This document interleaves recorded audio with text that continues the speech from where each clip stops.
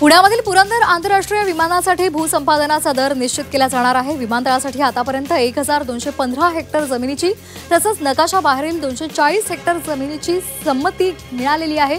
पुढील 15 दिवसांमध्ये भूसंपादनाची प्रत्यक्ष अंमलबजावणी होण्याची शक्यता आहे।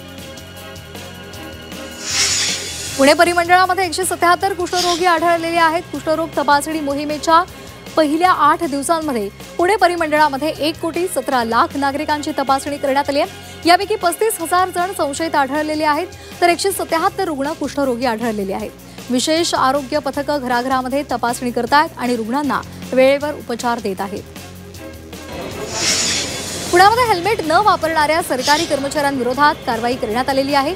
प्रादेशिक परिवहन विभागाने 2 दिवसांपासून ही विशेष मोहीम हाती घेतली आहे। या मोहिमेमध्ये 119 जणांवर दंडात्मक कारवाई झाली आहे, तर ही कारवाई पुढे सुद्धा सुरू राहील अशी माहिती परिवहन अधिकाऱ्यांनी दिली आहे।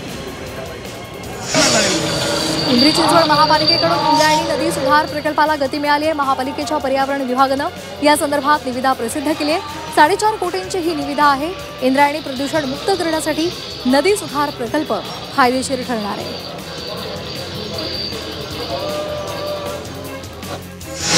पिंपरी चिंचवड पोलिसांनी निवडणूक शांततेमध्ये पार पडावी यासाठी उपाययोजना सुरू केल्या आहेत। निवडणुकांच्या पार्श्वभूमीवर 1600 गुन्हेगारांना पोलिसांकडून नोटीस बजावण्यात आली आहे। निवडणुकीदरम्यान वातावरण बिघडून शकणाऱ्या गुन्हेगारांवर पोलिसांची विशेष नजर असेल।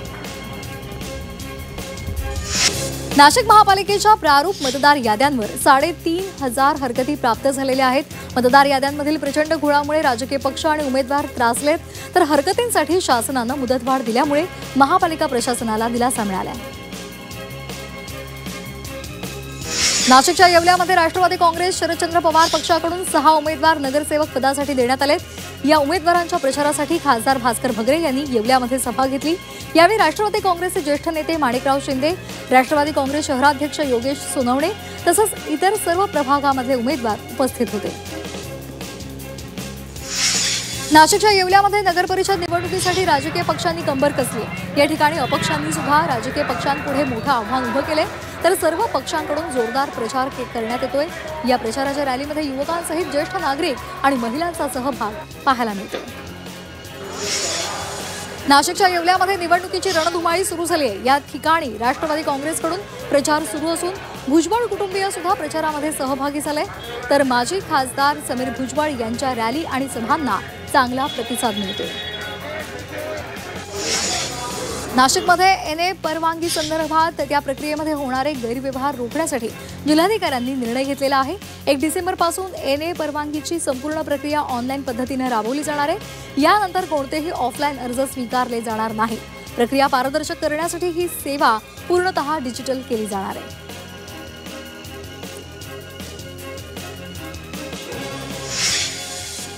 छत्रपती संभाजीनगरमध्ये जून ते सप्टेंबर दरम्यान अतिवृष्टीमुळे मोठ्या प्रमाणात शेती पिकांचं नुकसान झालंय। या नुकसानीच्या भरपाईसाठी शासनानं 5,708 कोटी रुपयांचा मदत निधी मंजूर केलाय। त्यापैकी 5,705 कोटी रुपये शेतकऱ्यांच्या खात्यामध्ये जमा झालेत, मात्र अद्याप 29 लाख लाभार्थी अनुदानापासून वंचित आहेत। छत्रपती संभाजीनगरहून मुंबईचा रेल्वे प्रवास डबल ट्रॅकवरून शक्य होणार आहे।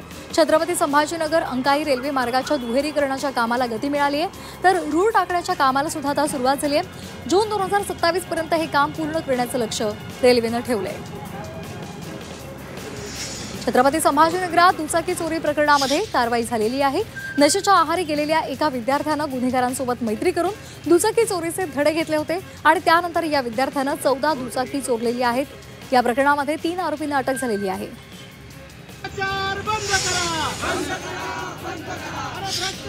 छत्रपती संभाजीनगरात पालकमंत्री संजय शिरसाट यांच्या कार्यालयाबाहेर वंचित बहुजन आघाडीनं आंदोलन केलं। सामाजिक न्याय विभागाच्या वसतिगृहामध्ये विद्यार्थ्यांना सुखसुविधा मिळत नाहीयेत आणि त्यामुळे त्यांनी आंदोलन पुकारलं।